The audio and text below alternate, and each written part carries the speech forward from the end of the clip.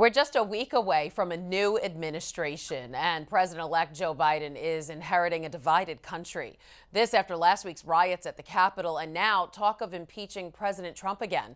To continue the conversation, let's bring in Browne, political science professor at St. John's University. And Brian, there's a lot of pressure being put on Vice President Mike Pence to invoke the 25th Amendment. But if that doesn't happen, Democrats want to impeach President Trump. Now, he only has a week left in office, so what's the point? The point is really accountability, and accountability matters. We are a nation of laws, and those that violate them should be held accountable, no matter what position or office they hold, a position of power. There really needs to be some institutional reform and fixes so what happened last week never, ever happens again. We did this after 9/11, we did this after Watergate, and we should do it now. We really need to make changes. Yeah, and the events of last week really show that rhetoric matters. What does President-elect Biden have to do to unite the country now? Well, first of all, he needs to remember, he is the president for all Americans. In particular, the 75 million Americans who voted for Donald Trump. Now, I think Joe Biden has demonstrated an ability to do that, and we saw that last week as the riot was still happening, where he called out President Trump for action. And most of his rhetoric we've seen, he tends to use religious symbolism. He tends to speak the language of conciliatory gestures. And he needs to remember that he's the president for everybody, his supporters, his critics, Democrats and Republicans. Well, Democrats now have the majority in both houses of Congress, so Biden may have an easier time getting his policies passed. What does this mean for the issues important to Catholics, like abortion and immigration?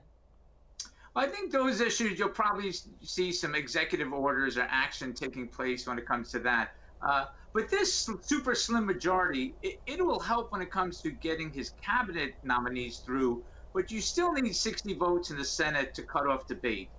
So I think what you're going to see Joe Biden do is really have a legislative agenda where he can bring some people from the other side of the aisle to get things done. Of course, the primary responsibility will be the pandemic and dealing with the economic effects of that. But I don't think you're going to see any drastic moves just yet. Okay, the Catholic Health Association released a list of priorities for the future president, including easier health care access for immigrants, improved distribution of the COVID-19 vaccine, senior services, among other things. Do you think the items on that list will get attention since Biden is a Catholic himself? I think they will, and not just for that reason, but because they affect so many Americans. COVID-19 has really kind of opened a lens to some real reform that we know is needed in the healthcare system. It's exposed healthcare disparities, racial disparities, socioeconomic disparities when it comes to how we treat sick people. And the Biden administration really needs to take a close look at this and begin to try to make that much needed healthcare reform. All right. What about the death penalty? We mentioned earlier in this newscast, U.S. bishops are calling on President-elect Biden to declare a moratorium on federal executions. Do you think this will be a priority of his administration? Well, I think this provides an opportunity not only find common ground with the bishops in the Catholic Church, but to really delineate himself from the Trump administration. Last year, for the first time ever, we saw the federal government execute more people than the states did. This is unprecedented. And there was a flurry of executions in the transition time between November and where we are now.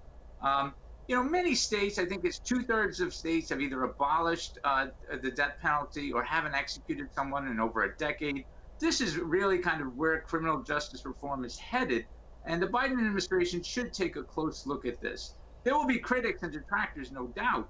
But it's really, if you care about all life, at all stages of life, the death penalty is something we should explore. Okay, Browne, political science professor at St. John's. We'll chat with you again next week on Inauguration Day. Looking forward to it. Thank you. If you're watching Currents News on YouTube, be sure to hit the subscribe button and click on the bell to get updates to all of our newest content, because we are putting your faith in the news.